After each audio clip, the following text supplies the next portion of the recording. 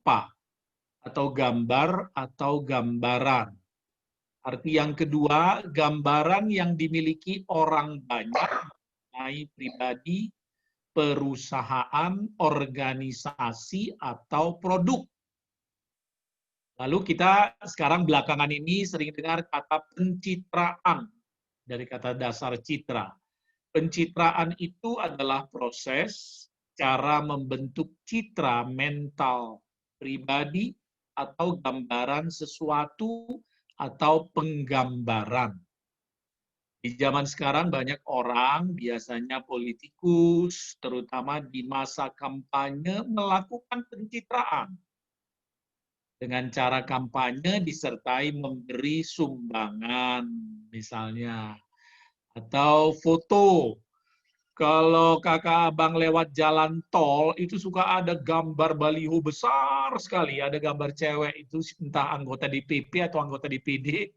Lalu ada, saya di rumah saja, gitu kan. Apakah Anda di rumah saja, kira-kira begitu. Saya lupa kata-katanya persis, ya. Atau misalnya ketika kampanye foto-foto calon, itu kan gede-gede dipajang. Itu kan dalam rangka pencitraan. Nah, sekarang di Tangsel, di daerah kita, kalau tidak salah sedang bersiap-siap akan pilkada. Iya kan? Nah, di jalan-jalan di Tangsel ini, di Serpong kan sudah mulai itu. Ada gambar-gambar calon-calon wali kota dan wakil wali kota Tangsel, begitu ya. Itu dalam rangka pencitraan, ya.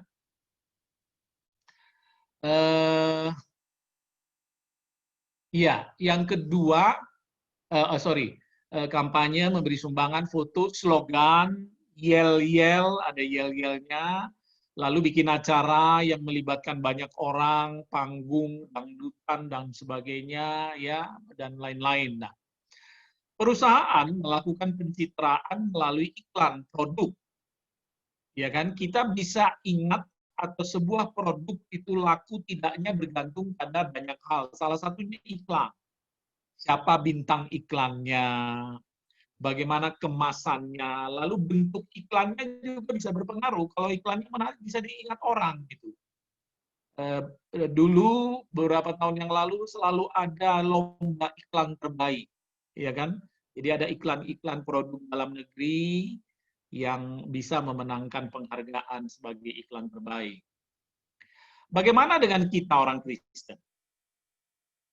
Bagaimana citra kita di hadapan orang lain? Apakah kita perlu melakukan pencitraan? Itu pertanyaannya. Gimana menurut kakak, abang, sebelum kita lanjut? Menurut saudara-saudara, perlu nggak kita melakukan pencitraan? Perlu. Perlu. Perlu. Perlu. Alasannya apa, Kak? Karena pencitraan itu kan istilahnya apa yang tampak ya, Mang. Apa yang tampak, ya? Apa yang tampak. Jadi ketika orang melihat kita dari kulit luar, ya kita harus mencitrakan yang baik sebagai anak Allah. Iya, betul sekali. Nah, tapi seharusnya, ya, iya, Bang, kenapa? Menurut saya, sebentar, Bang. Kita orang Kristen tidak perlu pencitraan, Amang, karena ada orang tidak perlu citra, tapi dia terlihat melalui perbuatan dan perkataannya dia orang Kristen melalui mungkin tutur kata dan segala. Jadi dia tidak merasa perlu pencitraan, tapi dia buktikan melalui sikap dan perbuatan. Jadi tidak perlu pencitraan kalau saya. Kalau pencitraan itu seperti dia menunjukkan hal yang itu bagi diri. Jadi ada mungkin kesombongan. Jadi bawaannya seperti kesombongan kalau kita melakukan pencitraan. Jadi kayak dia lebih biar kelihatan asa terbereng. Jadi seakan-akan menunjukkan siapa dia. Tapi kalau dengan bertutur kata dia misalnya terjadi diri sendiri menjadi diri sendiri apa adanya, dia tidak akan perlu pencitraan, Amang, menurut saya melihatnya, Amang. Ya, betul. Nanti kita bisa lihat ya, citra itu perlu dibuat atau dengan sendirinya. Nah, kita lanjut dulu. Apakah kita perlu melakukan pencitraan? Seharusnya citra diri itu bersifat alamiah, natural. apa adanya, tidak dibuat-buat. Ya, apa adanya, tidak dibuat-buat. Mengapa? Kira-kira ada yang bisa jawab, kenapa harusnya natural, tidak dibuat-buat, apa adanya? Kenapa? Ada yang mau jawab? Karena kalau dibuat-buat, dia akan meminta pujian pada orang lain. Ketika orang tidak memuji dia, dia akan merasa ada hal yang hilang bagi dia. Dia penting itu dipuji. Itu kenapa harus dibuat-buat, itu tidak bagus amal. Karena tidak diri dia sendiri itu amal. Mulai teman. Iya. Jadi kalau ditanya apa adanya tidak dibuat-buat, mengapa? Sebab yang dibuat-buat itu biasanya tidak asli. Tidak natural, tidak asli. Dan segala sesuatu yang tidak menampakkan asli, tidak menampakkan yang apa adanya, maaf, itu kan sama dengan Nafik. ya, muna katanya anak zaman sekarang. Mama jangan so ngomong sama ininya. Jadi seperti orang Farisi, Saduki, ya kan, Tuhan Yesus salah satu kritikan, kalau kakak dan abang ingat, salah satu kritikan Tuhan Yesus adalah mengatakan begini kepada orang Farisi dan Saduki. Kalian itu seperti kuburan, di atas putih kan, dilabur putih, padahal di dalamnya bangkai, mayat, atau iya mayat yang sudah busuk, yang pasti udah bau dan mengerikan gitu ya. Itulah kemunafikan begitu ya. Orang Saduki, orang Farisi suka bersembahyang di jalan-jalan gitu kan, supaya dilihat orang gitu. Padahal mereka menekan orang-orang miskin, para janda dan sebagainya. Nah, tetapi, ini kakak-kakak dan abang PDR, tetapi ada citra yang harus dibuat, bukan dibuat-buat. Nah, ada citra yang harus dibuat atau dirubah. Contoh, misalnya, ketika seorang preman atau penjahat bertobat dan kemudian jadi pendeta, pasti kakak-kakak dan abang pernah dengarlah beberapa cerita tentang penjahat atau ya preman atau orang yang tadinya sangat jahat lalu bertobat lalu jadi pendeta. Dan itu banyak sekali kesaksian kita bisa dengar di YouTube atau buku atau di mana-mana gitu ya. Nah, tentu citra yang harus ia tampilkan bukan lagi citra seorang preman. Iya kan? Iya dong, orang dia udah bertobat. Masa iya dia tetap citra premannya yang dia tampakkan, tetapi citra sebagai pendeta atau citra sebagai pendeta yang mantan preman atau preman yang sudah bertobat itu ya. Nah, berkaitan dengan itu ada banyak citra yang berkaitan dengan jabatan atau pekerjaan atau profesi yang sudah otomatis terbentuk di tengah masyarakat atau jemaat. Misalnya nih contoh, pemulung, peminta-minta pasti miskin. Iya kan? Iya betul ya, itu citra kan? Artinya kalau namanya pemulung, peminta-minta atau dulu istilahnya gelandangan itu pasti miskin kan? Ternyata belakangan ini citra itu berubah 180 derajat, terutama bagi saya pribadi, setelah saya menyaksikan di televisi liputan di Jawa Tengah ada satu desa rumahnya mewah-mewah, bertingkat, rumahnya sekelas Pondok Indah atau sekelas BSD lah. Pemiliknya tahu apa kerjaannya? Tahu apa kerjaannya? Ya, pemulung, peminta-minta yang di Jakarta itu yang pakaiannya compang-camping atau yang pura-pura pincang atau yang lusuh badannya. Itu ada satu desa, saya lupa ya namanya, desa apa tapi di Jawa Tengah atau Jawa Barat saya lupa ya, yang profesinya satu desa itu semua peminta-minta. Satu. Yang kedua, Heado IBGHmu Barita masuk itu viral itu. Ada peminta-minta bapak-bapak yang tertangkap yang ternyata punya uang 1 M ya. Ya, ada kan berita itu beberapa tahun lalu ya. Profesinya, pekerjaannya peminta-minta. Punya uang 1 M dia, luar biasa kan? Nah itu kan citra. Citra itu lalu ternyata ya itu tidak selalu benar gitu ya. Itu contoh. Lalu ada lagi misalnya, maaf ini, sopir, kena Metro Mini, Kopaja, Partabel Ban, pengacara, nama lomarede, identik lah itu dengan orang Batak. Dan kita kalau ini sudah dari dulu ini. Ini udah lama ini, identitas kita itu dikenal sebagai itulah. Dokter Mabu, Amang. Oh, dokter Mabu. Kalau ini hitaan lah itu, di lapo-lapo di hitaan itu kan. Iya, jadi Pencopet, Amang. ah itu dulu, betul itu. Iya, itu tahun 70-80-an masih. Iya kan? Iya. Jadi Sophie, Sampai ada anekdotnya tuh, Amang. ya betul. Ya, jadi profesi ini identik dengan kita. Ya, kalau penyanyi dan pengacara masih keren lah ya, atau menteri ya. Tapi kita nggak bisa sangkal kenapa citra itu muncul, karena memang waktu ada pada zaman tertentu, memang banyak orang Batak yang memang profesinya seperti itu, begitu ya, identik ya. Lalu ada lagi contoh lain, misalnya molo pengusaha, partoko, pargelodok lah, orang gelodok atau konglomerat identik dengan etnis Cina biasanya kan, gitu kan. Jadi pengusaha properti atau apa ya konglomerat lah pasti Cina gitu ya. Lalu ada lagi pendeta, sintua, guru sekolah minggu, semua juga punya citra masing-masing di tengah jemaah. Alai ni husuku maju hamu kakak-kakak dan abang pendeta. Molo padita tarsongo dia mai do rohamu citrana. Coba dulu dijawab dulu yang jujur.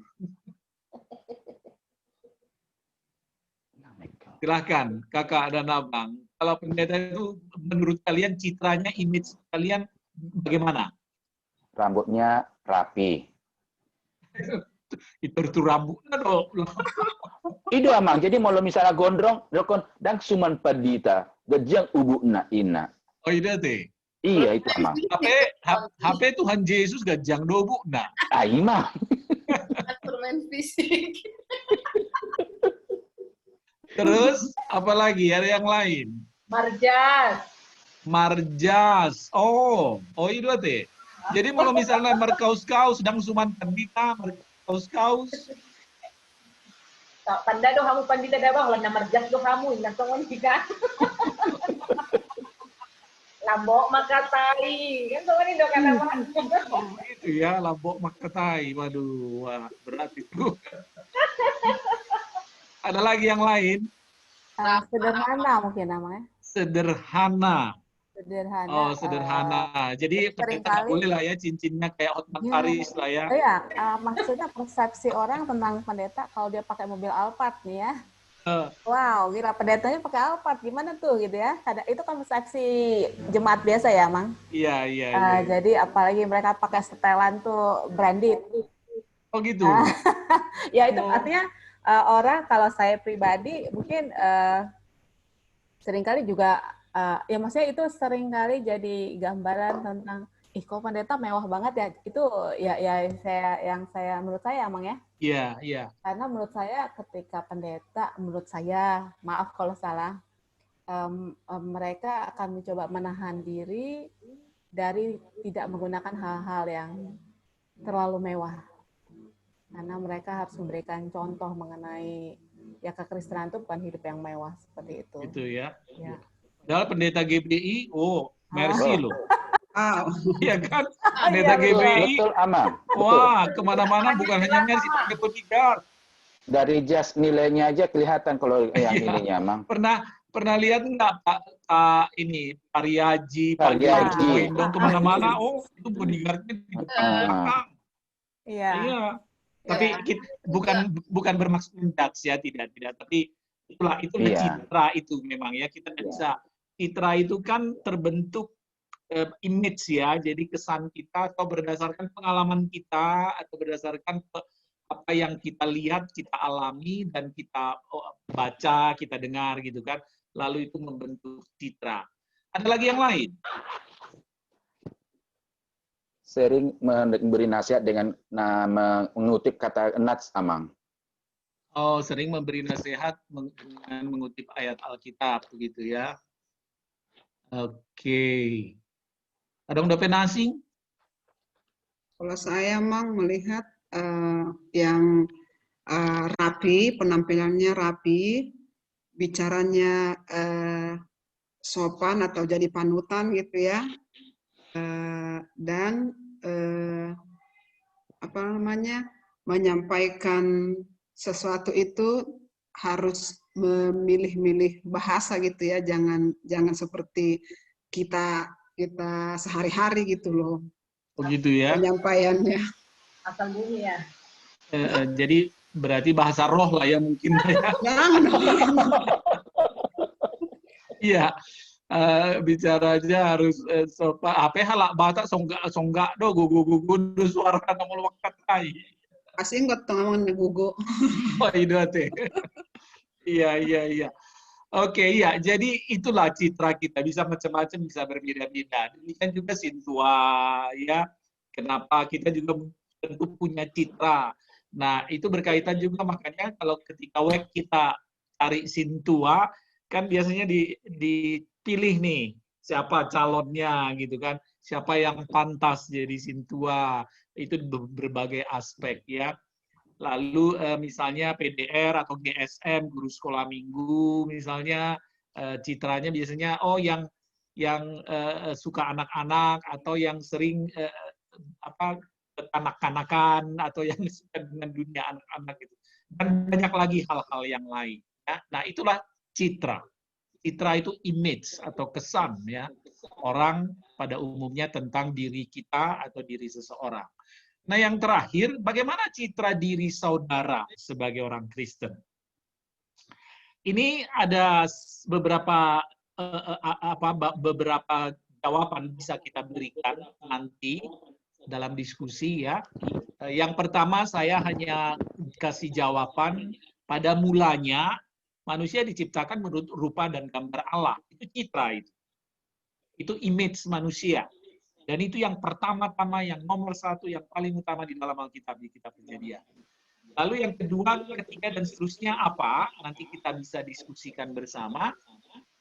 Untuk meneruskan jawaban atas pertanyaan bagaimana citra diri saudara sebagai orang Kristen di atas, maka mari kita membahas dan mendiskusikan bab 2. Siapakah Yesus Tuhan atas diriku? Nah, ayat hafalan berkaitan dengan citra ini Amsal 22 ayat 1. Boleh Kak Diana Pandiangan, tolong dibaca Amsal 22 ayat 1.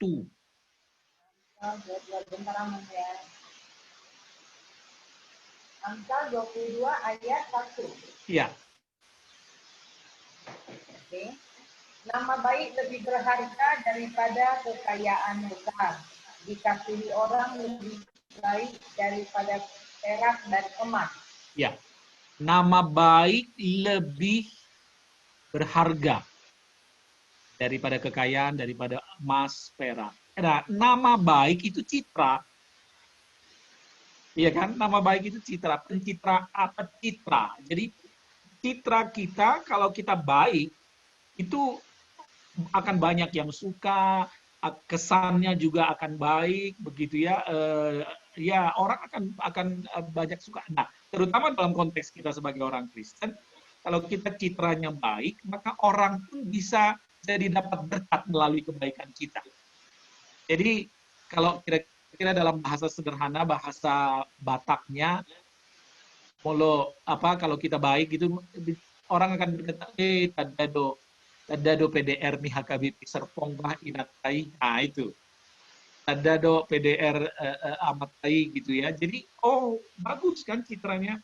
Tadado halak Kristen di mana? Nah itu ya.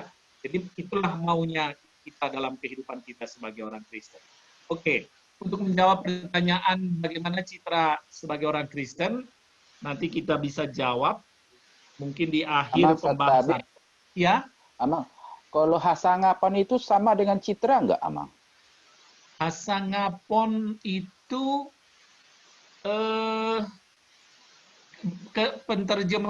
terjemahan bahasa Indonesianya apa hasangapon, Amang? Nah, itu kan dalam Hasangapon hasangapon itu itu citra juga kan nggak itu, Amang? kehormatan ya. Itu kan sangap itu iya kan hormat. Ada kayak bahasa Indonesia ini hasangapon. Pakai Iya, kaca. kehormatan atau kemuliaan ya. Ya, kehormatan atau kemuliaan dia sangat mulia, hormat, dihormati gitu ya. Itu apa ya? Sangap itu bagian dari citra. Ya, kalau dia mulia, nah contohnya Tuhan itu kan mulia, maha mulia. Itu kan citra Tuhan. Jadi ketika kita ditanya, coba sebutkan sifat Tuhan, ada banyak. Antara lain salah satu adalah Tuhan itu mulia. Ya, mulia, kudus, suci, mulia, agung. Mulia, agung. Ya, jadi citra juga. Nah, kalau kita citranya sangap orangnya, maka orang biasanya akan menghormati kita kan? Ya, orang akan menghormati kita ketika kita menunjukkan citra sebagai orang yang sangap. Ya. Oke, baik. Kita sekarang langsung masuk ke bahan aja. Buku 2 ya. Hashtag 2, ya buku 2 juga, bab 2. Nah, supaya gantian sekarang moderator aja deh yang baca ya. Moderator baca item per item, lalu nanti kita diskusikan bersama. Dijahama satu item, lalu kalau tidak ada tanggapan, kita lanjut ke item berikutnya dan seterusnya. Silahkan, Amang. Sebentar, Amang.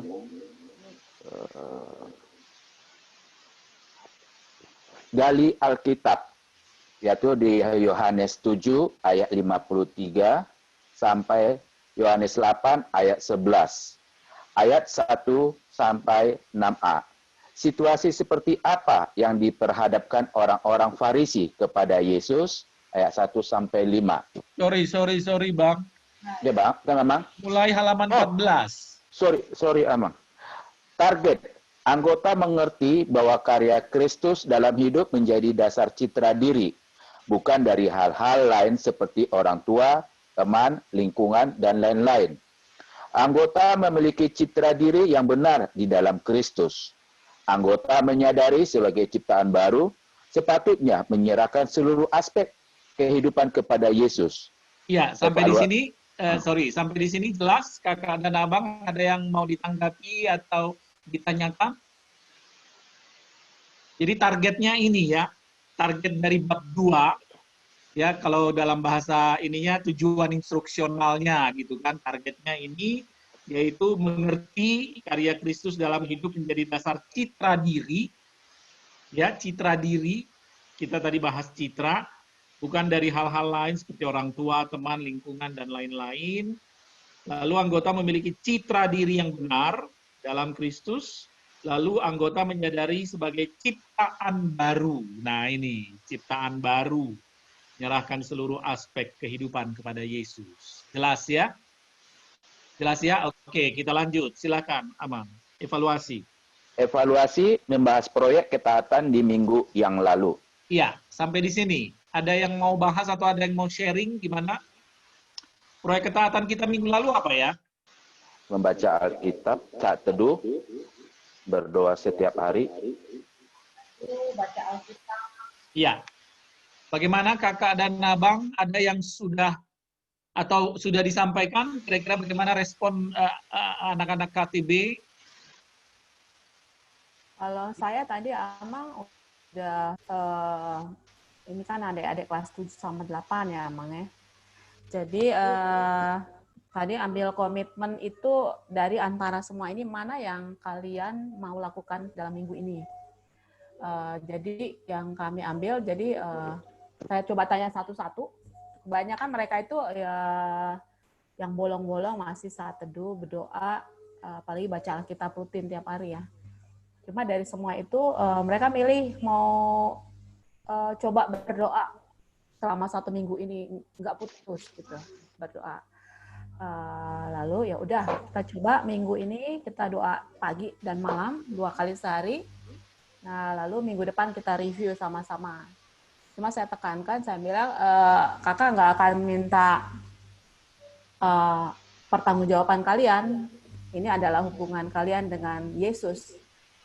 Jadi kakak percaya bahwa poinnya adalah bahwa supaya mereka merasakan bahwa ini bukan tugas, tapi ini adalah bentuk mereka mau menunjukkan kasih mereka sama Yesus gitu lah, Mang. Jadi supaya Doanya diucapkan biasa atau disuruh ditulis, Kak? Saya kasih kebebasan mereka berdoa nggak ditulis, Amang. Jadi bukan mau sifatnya mengontrol, tapi pengen melihat nanti paling nanya reviewnya adalah mungkin dari mereka apakah mereka mau jujur bilang mereka bolong atau enggak gitu, Amang. Jadi belum sampai harus nulis doanya, tapi aku pengen lihat mereka punya komitmen terhadap diri mereka sendiri. Itu baru disampaikan hari ini tadi ya? Baru disampaikan hari ini tadi ya? Oke. Ya, baik. Tinggal lihat minggu depan. Iya. Bagaimana yang lain? Ada proyek itu yang sudah disampaikan atau sudah dilaksanakan? Gimana, Kak, Bang? Kalau saya kemarin Sabtu, Amang, saya tanya bagi mereka dan seluruhnya mengatakan lebih banyak jarang. Tetapi untuk ibadah minggu di gereja mereka itu sering. Cuma saya bilang kepada mereka, ini tanggung jawab antara dirimu dan kepada Tuhan, bukan kepada abang. Cuma abang menyatakan, kamu hidup baru yang kita sudah pelajari dengan melakukan hal ini. Dengan hidup baru itu, kalian akan berubah, akan melakukan hal-hal ini. Terkhusus dengan membaca firman Tuhan, yang dimana abang sampaikan setiap hari kepada kalian, ambil waktu untuk membaca ayat Alkitab berapa ayat, untuk merupakan bekal kalian ke hidupnya. Karena hal yang tersebut, kalian melalui manajemen waktu, melalui yang kegiatan ini, kalian kedepannya akan terbiasa untuk melakukannya. Abang nggak bisa, abang hanya mengarahkan. Karena itu terbalik pada kalian semua. Kalau yang jawaban ada anak CD, Bang, kami tiap hari kalau untuk baca Alkitab, Bang, karena sudah dari CD katanya. Pada tertawa semua, jangan karena CD kalian baca Alkitab, tapi dengan hati kalian. Rindu untuk mengenal pribadi Yesus. Itu yang saya sampaikan, Amang. Karena otomatis kalau saya menyuruh dengan tulis seakan-akan mereka seperti ujian. Tapi saya bilang, saya mengetuk hati mereka, ada banyak remaja, dari sedini kalian belajar untuk mengenal pribadi Yesus. Kalian bilang kalian mencintai Yesus, setidaknya kalian belajar untuk mengenal pribadinya melalui membaca firman-Nya. Itu yang saya sampaikan di kelompok KTB saya, Amang. Iya, iya. Bagus. Jadi baru mulai juga ya kemarin ya. Yang lain bagaimana di kelompok yang lain? Ada yang juga sudah menyampaikan proyek ini? Gimana? Maaf, Amang. Kelompok saya belum sampai ke sana, Amang. Oh, belum ya? Karena kebetulan ini anggota kelompok saya ada yang minta nilai dari sekolah, dari gereja. Nah, setelah saya kasih ujian, saya kan ambil dari KTB buku 1. Nah, padahal menurut saya waktu menerangkannya, mereka udah paham gitu ya. Tapi ternyata pas saya kasih soal itu yang umum-umum aja dari buku itu, kayaknya satu pun jawabannya agak-agak melenceng gitulah ya. Jadi saya pikir, saya jangan lanjut dulu, saya pastikan dulu teman-teman saya ini udah paham belum. Memang itu yang ujian kan hanya 1 orang. Tapi saya pikir nggak salah, saya ulang lagi dulu aja lah buku 1. Kenapa setelah ujian ternyata dia nggak paham juga seperti yang saya mau gitu ya. Jadi tadi tuh kami malah balik lagi ke buku 1, tapi ya semoga lah ya mereka jadi paham lagi gitu. Kenapa melenceng jawabannya? Maksudnya melenceng bagaimana, Kak? Padahal kakak kasih bahannya ya? Iya, kasih bahan, bahkan PowerPoint saya pun saya kasih. Terus selama ikut pelajaran dia rajin, selalu hadir dan selalu jawab juga. Lalu kenapa melenceng? Melenceng bohado maksudnya, melenceng sama sekali apa? Kayaknya Ini salah gitu. salah. Boleh dibilang nilai dia itu nggak nyampe lah 70, Amang. Aduh. Nggak bisa apa namanya, kalau saya kasih nilai itu ke sekolah kan nggak mungkin ya, kasihan anaknya. Jadi saya pikir mungkin dia salah satu perwakilan dari anak kelompok saya ini, dia belum paham, padahal dia rajin gitu ya. Jadi saya pikir apa gunanya saya teruskan ini pelajaran kalau buku 1 ternyata mereka nggak paham. Jadi saya tadi mengulang lagi dari buku 1, saya kasih mereka setiap 2 orang membahas bab 1, menyampaikan apa yang mereka tahu dari bab 1 itu, 2 orang di bab 2, 2 orang di bab 3, 2 orang di bab 4, dan sambil saya jelaskan lagi kalau ada yang belum kira-kira belum sesuai dengan yang kita sampaikan, saya jelaskan lagi gitu, Amang. Dan ternyata memang lumayan juga, tetap ada aja yang misalnya kayak misalnya nih tentang keselamatan yang dari Tuhan Yesus. Bagaimana kita merespon keselamatan ini gitu. Misalnya ada pertanyaan saya itu, tunggu sebentar ya, Mang ya. Ini kan ada saya kasih pertanyaan keempat. Apa yang dilakukan Allah untuk menyelamatkan manusia dan apa yang harus kamu lakukan untuk memperolehnya? Nah, dijawabnya di situ harus berbuat baik, harus melakukan firman Tuhan, yang seperti itu, Amang. Jadi kan kalau sesuai dengan yang... Oh, berarti, sorry, berarti dia tidak memahami pertanyaan mungkin. Jadi pertanyaannya apa, jawabannya nggak sesuai dengan pertanyaan berarti ya? Iya, Amang. Oh, iya. Jawabannya yaitu melakukan hal-hal baik, masih seperti itu. Padahal menurut saya waktu dijelaskan, waktu kita bahas di bab 3 itu, mereka pas ditanyain, jadi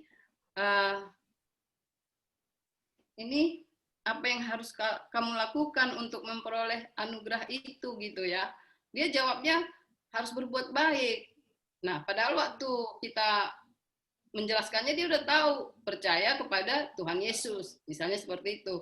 Beriman. Tahu, tapi pas di ujian tertulis dia nggak bisa, padahal saya udah arahkan gitu, karena kan ujian tertulisnya tetap video call, jadi saya lihat sendiri, saya udah arahkan, yang kita pelajari di bab 3 loh jawabannya, kayak gitu-gitu, tetap kurang paham gitu kan, Amang. Ketika pelajaran itu disampaikan, murid-muridnya disuruh catat kan, Kak?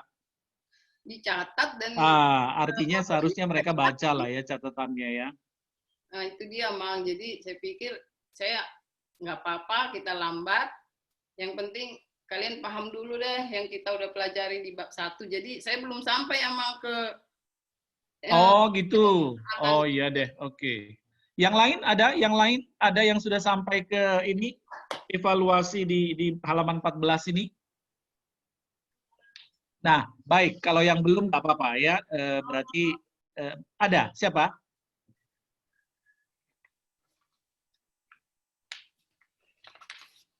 Saya sudah, Mang. Oh iya, silahkan Dina.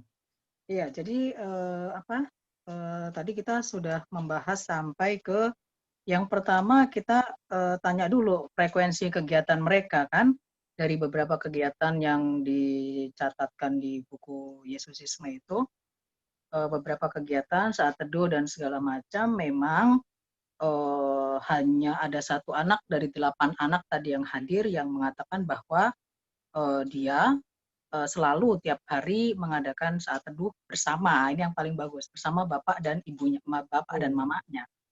Nah, jadi kemudian itu 1 anak yang reguler ya. Kemudian yang lain itu ada yang tidak pernah karena sibuk bapak ibunya, atau sekali-sekali hanya ketika bapak ibunya ada waktu, atau yang satu lagi dia bersaat teduh sendiri. Nah, yang bersaat teduh sendiri ini saya tanya, kamu apa? Panduan kamu untuk bersaat teduh apa gitu? Dia bilang kan ada banyak pilihan, ada buku ibadah harian, ada kalau kamu kita untuk saat teduh banyak macamnya gitu. Saya bilang, kalau kamu suka mendengar, kamu bisa pakai yang sistem mendengar. Kalau kamu suka melihat, kamu bisa pakai sistem yang melihat. Kalau kamu tidak suka dua-duanya, kamu bisa pakai alat untuk yang membaca. Jadi itu nggak ada, kalau menurut saya tidak ada satu ketentuan bahwa harus ini yang kamu baca, tidak. Tapi kalau yang suka mendengar, ada banyak contohnya, saya bilang gitu. Saya sebutkanlah salah satu contohnya seperti ini. Karena itu kalau yang dari HKBP kan mereka tetap punya satu ayat yang almanak gitu ya, Mang ya. Jadi kita kebetulan ada dari Yayasan Marturia itu yang memang dia ada apa namanya secara audio gitu. Jadi kita nyanyi dulu sama-sama kemudian dibacakan Alkitab. Saya pikir itu nggak sampai 10 menit, itu tiap hari kalau bagi saya pribadi itu sangat membantu gitu. Apalagi apa namanya, kalau anak-anak misalnya tidak terlalu suka membaca, saya pikir itu sangat membantu gitu. Nah, jangan sampai dia bilang dia saat teduh sendiri tapi dia nggak tahu apa yang dia saat teduhkan gitu. Itu yang saya khawatirkan karena dia sendiri kan nggak ada yang membantu panduannya apa, seperti itu. Nah, kalau untuk yang lain, kebetulan sebagian besar dari 8 orang itu hanya 2 yang tidak Marguru Malua, yang 6 Marguru Malua, jadi saya pikir cukup baik karena di Marguru Malua ini banyak panduan-panduan, seperti saat teduh katanya ada ya, Mangnya, saat teduh tiap pagi katanya ya. Iya. Ya, itu cukup bagus, jadi saya pikir saya sebagai PDR tertolong dengan situasi ini. Kemudian Bible Reading Log juga katanya mereka disarankan untuk membaca. Wajib baca tiap hari. Iya. Nah, itu kami dengan kondisi itu kami tertolong gitu ya. Kemudian untuk yang lain-lain ibadah minggu ya KTB itulah apa namanya sama orang tua terus lanjut dengan KTB. Kemudian kalau persekutuan di sekolah, kebetulan ada 2 orang di sekolah negeri. Mereka bilang untuk sementara ini tidak terlalu aktif karena pandemi ini gitu. Jadi saya pikir untuk proyek rame-rame itu mereka sudah dibantu oleh kondisi mereka yang katekisasi ini. Yang belum katekisasi inilah yang saya akan kejar gitu. Iya. Terima kasih. Iya.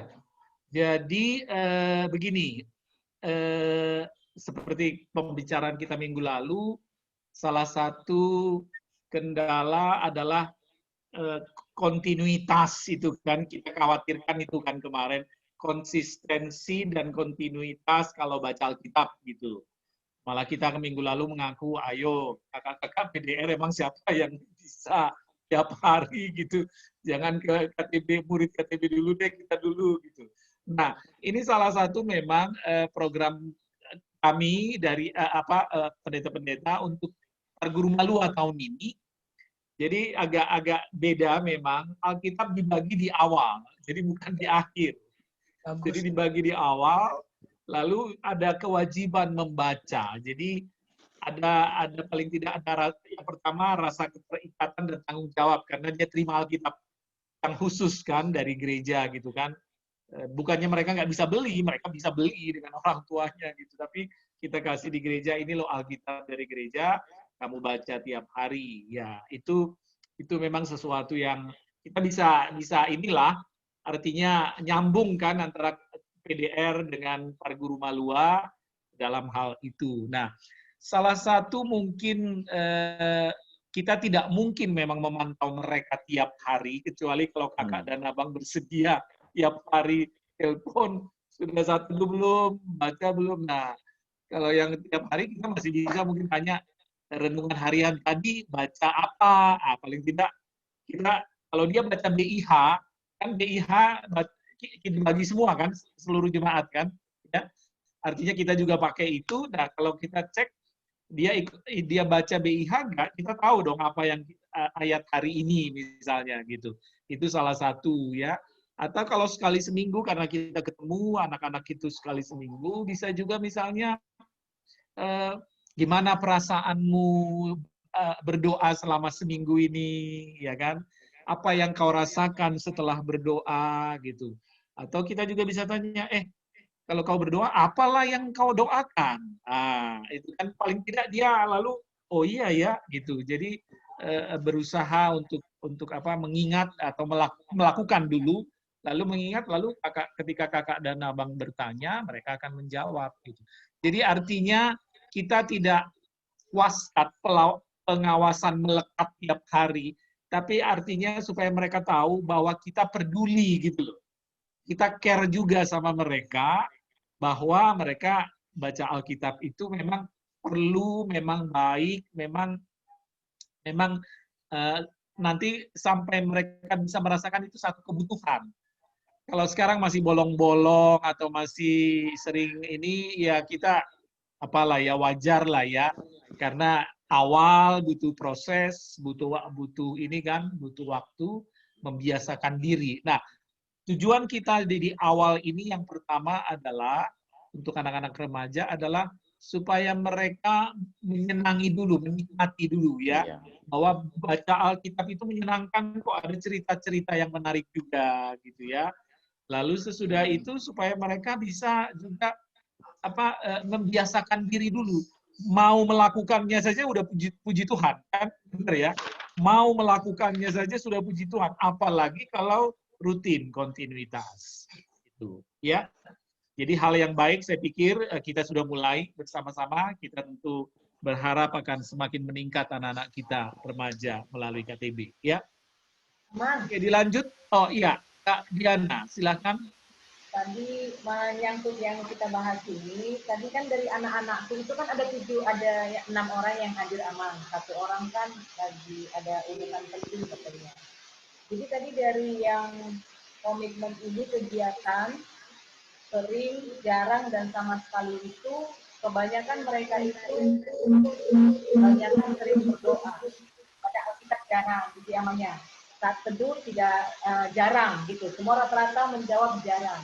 Terus saya berpikir, kalau saya mulai dari saya masuk di bab 2, masuk keselamatan bab 3 kemarin, saya sudah himbau mereka untuk mengambil waktu sehari minimal 1 kali aja duduk, barang 5 menit atau 10 menit baca Alkitab dan berdoa, kita akan 10 menit aja paling lama gitu ya namanya. Dan setiap saya tanya itu, iya Kak, kadang ingat, kadang enggak Kak, gitu ya. Sampai tadi pada kesimpulannya saya berpikir begini, kalau saya kan mengecek tiap hari saat itu juga, saya juga kadang-kadang lupa ya namanya. Nah, terus saya tadi ajak mereka, bagaimana kalau kita memulai melatih diri dulu dengan membaca Alkitab. Membaca Alkitab, jadi tadi kesimpulan kami itu, dari besok, tanggal 5 Oktober, jam 9 malam, selama 20 menit aja kami join Zoom, jam 9:05 kita join, tinggalkan semua kegiatan hanya 20 menit, mau dapat 1 pasal, mau dapat 3 pasal dibaca, yang penting 20 menit saja, duduk bersama baca Alkitab saja gitu aman. Saya disarankan Kak melatih minggu lalu ya, dan mereka semua happy, dan mereka semua oke Kak, gitu ya. Ini yang saya lihat di sini penilaian itu nanti melihat mereka setia enggak dengan komitmen itu kan gitu aman. Ini yang mau targetku di sini, menanamkan mereka itu punya kemauan dulu. Sehingga dengan membaca Alkitab secara rutin itu nanti hanya 20 menit saja, lebih tidak ada tanya jawab, hanya baca saja 20 menit. Dan itu nanti pelan-pelan saya ajarkan mereka untuk besok pagi, bangun pagi, tolong saat teduh sendiri, gitu Amang.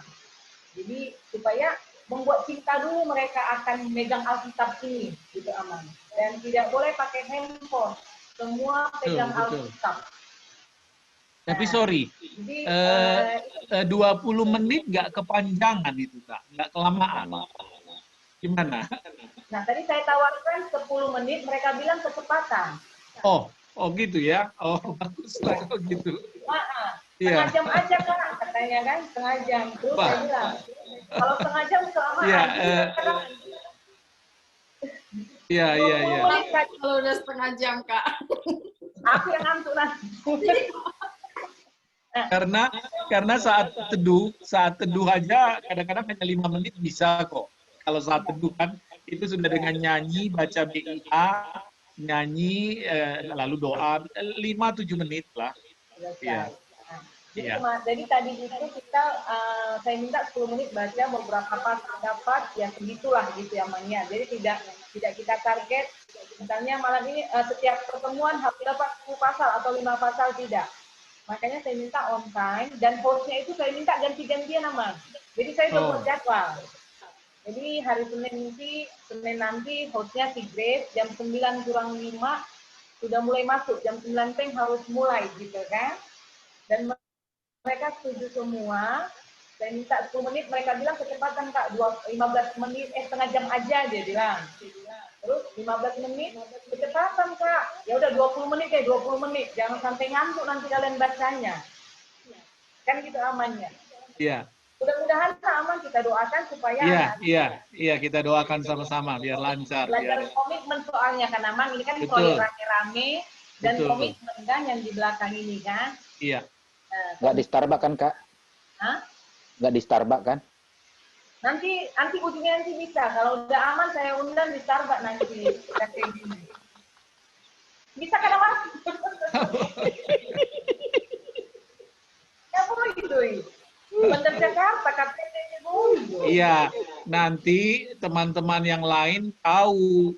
Lalu murid KTB-nya Kak Linda bilang, murid KTB-nya Kak Diana di Starbucks, kita juga ke Starbucks lah Kak. Datang lagi murid ke sini, nah kita di lah. Aku datang lagi yang udah. Bukan muridnya aja yang mau pindah Amang, PDR-nya mau Oh, pindah. PDR-nya juga, Bang. KDP. Ayo KTB dekat KDP kita bilang. Dijoin lah kita, Mang. Iya.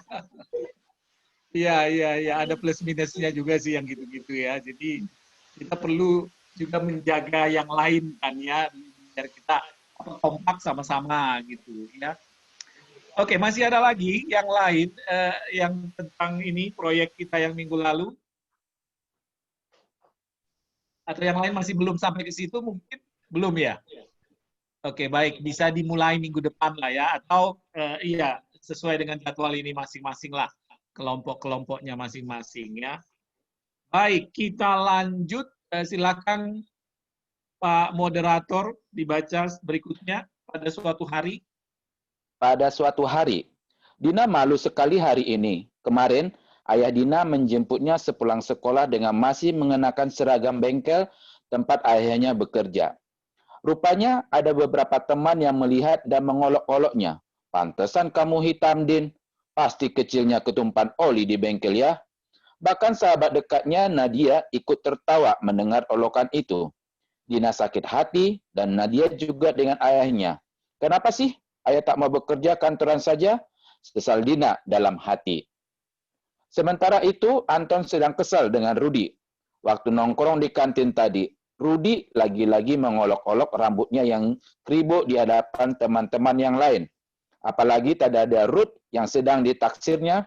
Ruth adalah siswi baru yang pindah ke sekolah mereka karena mengikuti ayahnya yang pindah tugas ke kota mereka. Anton juga menyesal mengapa ia harus terlahir dari keluarga yang berambut keriting. Berbeda lagi dengan Rio, dia sedang kebingungan karena teman-temannya bersepakat untuk membolos besok dan bersama-sama pergi ke tempat wisata yang baru dibuka beberapa hari yang lalu. Kalau dia ikut membolos, orangnya tuanya pasti sangat marah. Namun, jika tidak ikut membolos, Rio pasti akan dikucilkan dan diejek teman-temannya itu. Sungguh sebuah pilihan yang sangat sulit. Pernahkah kamu berada dalam posisi yang serupa dengan Dina, Anton, atau Rio? Hal-hal apa saja dari dirimu yang membuatmu tidak nyaman?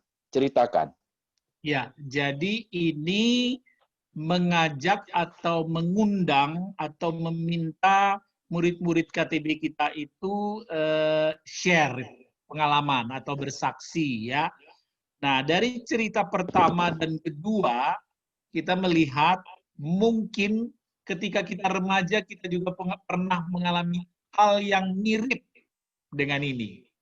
Misalnya ketika kita melihat di kaca, maaf ya, aduh kok aku nggak secantik temanku si A, atau aduh badanku kok begini, atau aduh udah mulai jerawatan nih, anak-anak remaja gitu ya. Jadi ada banyak hal-hal yang membuat mereka tidak mensyukuri. Nah itu kan, bahasa ininya kan tidak mensyukuri kondisi fisiknya. Itu satu kemungkinan. Yang kedua, ada banyak juga hal-hal yang remaja mengalami tidak menerima kondisi keluarganya, orang tuanya. Seperti si Dina tadi, ya kan, dia malu karena bapaknya kerja di bengkel, jemput dia gitu ya, malu punya orang tua miskin gitu ya. Nah, sementara yang ketiga, si Rio itu dia bingung. Dia tahu ajakan teman-temannya salah, tapi gimana demi teman, kadang-kadang kan begitu ya, demi teman, sebenarnya kita bukan anak yang suka bolos, tapi demi teman ya udah ikut-ikutan gitu daripada dikucilkan teman gitu kan. Kadang-kadang kan anak-anak remaja juga suka begitu. Nah, tugas kita lah kakak-kakak dan abang PDR menuntun mereka, terutama mungkin ada di antara anak-anak adik-adik remaja kita itu yang ikut KTB yang mungkin sebenarnya punya perasaan yang sama seperti ketiga contoh cerita ini gitu ya. Saya nggak tahu persis ya, mungkin kakak dan abang malah lebih kenal mungkin ya masing-masing murid-murid KTB, latar belakangnya, orang tuanya, keluarganya, rumahnya dan sebagainya ya. Nah, apa yang kita lakukan atau apa yang kita sampaikan ketika mereka merasakan hal seperti Dina, malu karena orang tuanya atau dia berasal dari keluarga yang miskin. Atau seperti Anton, kesal, malu karena kondisi fisiknya tidak seperti teman yang lain gitu. Gimana? Mari kita diskusikan. Kita bisa mendapatkan beragam jawaban, kemungkinan jawaban dari murid-murid KTB. Silakan siapa yang mau coba memberi pandangan atau pendapat atau pikiran. Kasus yang ketiga, Amang. Ya. Itu tentang anak-anak yang mengajak sahabatnya. Ini kan ada di bab berapa yang kemarin itu. Sahabatnya mengajak dia untuk bolos dan merokok. KTB saya, anak kelas 11, 12, khususnya laki-laki. Dan mereka mengatakan pengalaman untuk disodori merokok semuanya ada. Dan mereka saya bilang, bagaimana tanggapan kalian? Tidak semuanya mengatakan tidak bagus. Saya bilang bahwa di Alkitab tidak ada dilarang merokok, memang. Saya bilang takkan, tetapi tubuh kita baik buat kudus, buat suci Tuhan, di mana Dia hadir melalui tubuh kita diharuskan tubuh kita itu sehat dan bersih.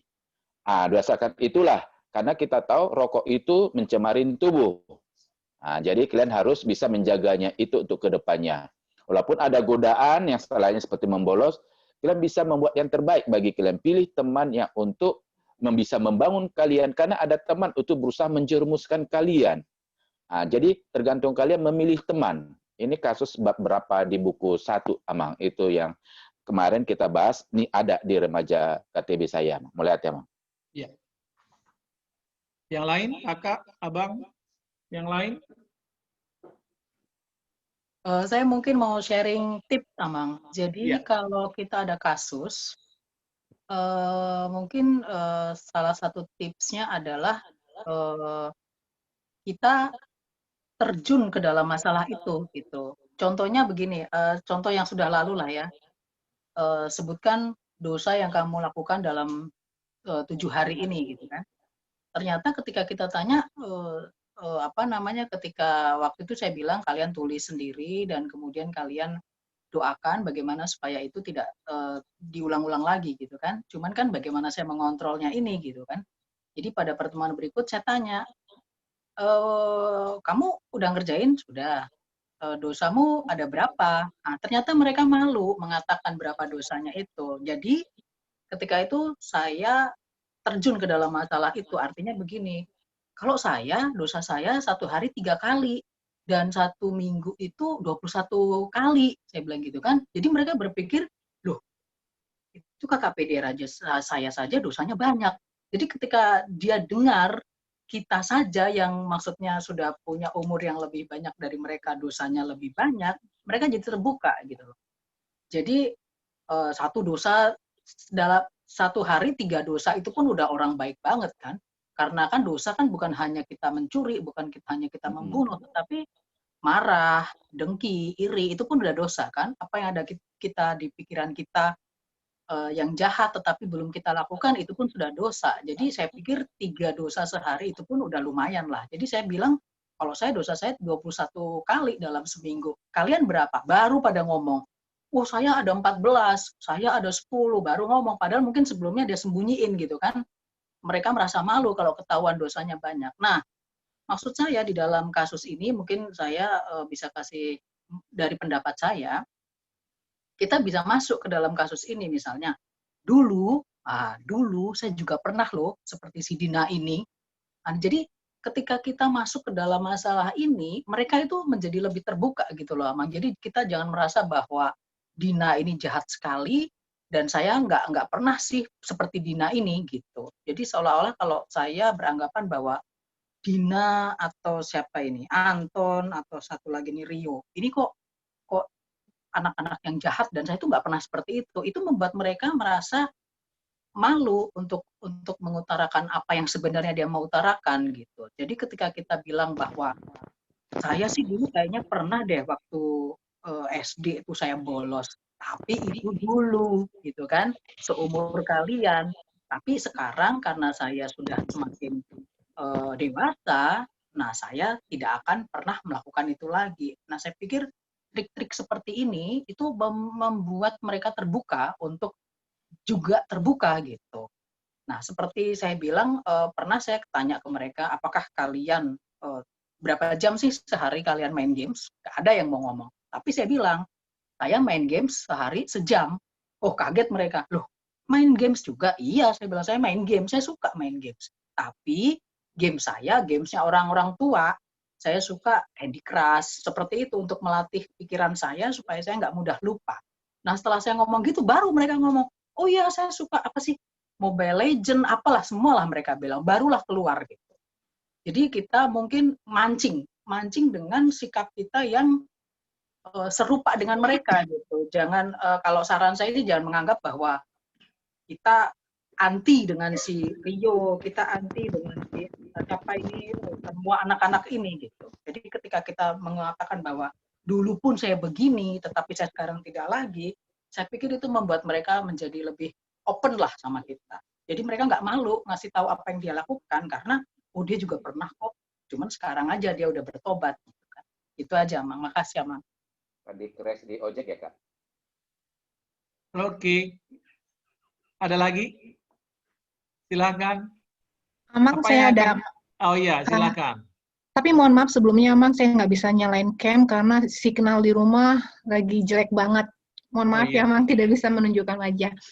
Amang, kalau di kelompok KTB saya juga sedikit berbeda mungkin karena satu hal, mereka itu dalam kegiatan KTB itu rajin, Amang.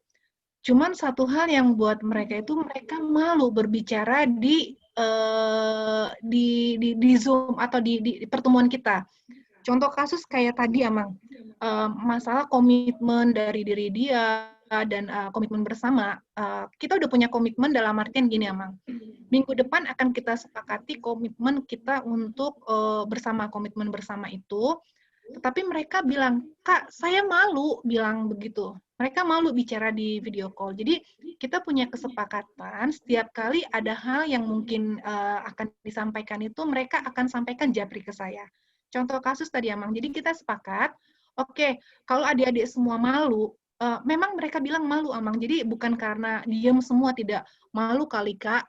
Seperti itu jawabannya. Karena ya dari kelas 7 dan 8. Kalau kelas 8 mungkin lebih terbuka, tapi kelas 7 ini saya masih belum bisa masuk ke mereka secara utuh, karena rasa malu, bingung berbicara, itu masih sangat saya rasakan di anak-anak kelas 7. Akhirnya gini aja deh solusinya, dikirim ke WA aja gimana Kak? Jadi komitmen yang tadi sudah saya dapat dari beberapa adik-adik, nanti setelah komitmen yang mereka sampaikan, mereka isi di buku, mereka tulis, kemudian nanti komitmen yang sudah diisi oleh mereka itu, kita akan sepakati banyakkan yang mana. Dari situ akan kita ambil yang mana yang akan kita suara terbanyak. Jadi mereka maunya seperti itu, Amang. Tidak berbicara langsung ke depan publik. Contoh kasus baca Alkitab aja, mereka tuh kadang-kadang tiba-tiba langsung keluar dari Zoom-nya gitu loh. Jadi lebih ke malu sih Amang. Jadi saya tuh sekarang permasalahannya di malunya ini. Jadi saya belum bisa menggali mereka. Dan kasusnya seperti tadi komitmen ini yang baru saya kepikiran, apa ya solusi buat mereka ini supaya mereka tidak malu. Sementara nanti Amang, pada waktu lagi Zoom itu, lagi online, mereka diem, tapi dia ngejapri di handphone, di WA saya, jawabannya. Nah, saya sampai sekarang masih belum tahu bagaimana bisa masuk ke mereka supaya mereka itu nggak malu. Seperti Kalinda bilang tadi, mungkin mereka malu mengakui apa kesalahan dosa-dosa mereka. Nah, selama beberapa pertemuan kemarin, mereka tuh ngejapri semua ke saya. Jadi agak butuh waktu juga saya untuk berbicara ke adik-adik itu di forum umum, memberikan solusi gitu loh, karena satu hal mereka masih malu. Itu kendala saya. Terus yang masalah tadi, masalah seperti Emang bilang solusi apa sih namanya? Gimana caranya mereka itu mengakui atau berdiskusi? Saya terus terang Emang baru hari ini tuh agak kesulitan bagaimana apa yang kita sampaikan itu mereka terima dan mengerti. Dan saya itu bisa menyimpulkan satu kesimpulan seperti tadi, dia mengerti apa enggak itu loh, Mang. Saya mohon bantuannya, Mang. Karena tadi saya terlambat masuk. Masalah komitmen tadi itu, Mang. Terima kasih. Oke. Iya, baik. Ada lagi yang lain? Amang, mungkin yang tadi Kak Betty itu, Amang, mungkin mereka susah itu, Kak, untuk berterus terang dalam cerita itu. Kalau di kelompok saya bilang, itulah gunanya KTB, kita bisa sharing di kelompok ini yang dimana masalah kalian itu tidak akan sampai kemana, cuma kita di sini kalau ada masalah bisa mungkin kita kasih masukan atau apa. Jadi membuat pelan-pelan bagi adik-adik memang nggak gampang kelas 7 karena mereka kan ini dunia baru. Tetapi mungkin dari pelan-pelan kaki cerita, disinilah kita nama kelompok yang bisa kita cerita. Makanya PDRI itu membagi beberapa anak. Di sini kita bisa cerita, ada pengalaman kita, karena sesama kita aja ini. Itu mungkin yang pelan-pelan, Kak. Mungkin memang kita nggak bisa mengharap mereka langsung terima, tapi butuh proses yang memang tergantung kita di kelompok kita. Itu, Kak, mungkin dari masukan untuk yang terus terangan itu, Kak. Mulai, Kak. Udah sih, Bang. Dari awal sebelum mulai KTB, saya konsep KTB sudah jelaskan ke mereka. Bahwa kelompok tumbuh bersama ini, kita bertumbuh bersama-sama. Dalam artian, saya sudah jelaskan konsep KTB yang sebenarnya ya, dengan bahasa yang simple. Cuman dari mereka ini masih ada berat hati untuk berbicara. Gimana ya, anak mungkin dia terbiasa mendengar, dia harus berbicara sekarang. Itu loh. Kayak Kalinda bilang tadi mancing, saya dulu begini. Itu hal-hal yang seperti itu sudah saya lakukan. Yang respon itu memang kelas 8. Kalau untuk yang kelas 8 karena kita sudah ketemu pada waktu PA ya, sudah ada kita ya, sudah ketemu. Tetapi kelas 7-8 karena yang hadir di kelompok saya itu rata-rata kelas 7-8 itu hampir 80% hadir, Bang. Yang sering bolong itu justru yang kelas 8, yang kelas 7 itu rajin gitu loh. Tapi jadi kadang gini, saya tahu misalnya tiba-tiba signalnya error itu antara mereka itu japri yang Kak, signalnya dia lagi jelek. Jadi sebenarnya mereka itu dekat adik-adik satu sama lain. Teman-teman sekolah minggu mereka itu dekat. Cuman mereka itu sepertinya memang malu untuk berkata-kata atau memberikan komentar. Nanti kalau jawab, misalnya saya tanya apa, mereka akan langsung jawab ke WA aku japri. Itu maksudnya ya Kak. Jadi, aduh, apa saya salah cara berbicaranya? Makanya memang saya selalu tanya ke Amang, Amang gimana biar masuk ke kelas 7 itu biar saya tidak salah berbicara? Iya, oke, baik. Begini, yang pertama, kalau kelas 7 kan baru kelas 1 SMP ya itu ya. Jadi baru meninggalkan bangku SD yang memang masih identik dengan kekanak-kanakan kan. Sebenarnya kita bisa maklum lah, kelas 7 sangat berbeda apalagi dengan kelas 11, 12 ya. Itu pasti udah jauh sekali bedanya gitu ya.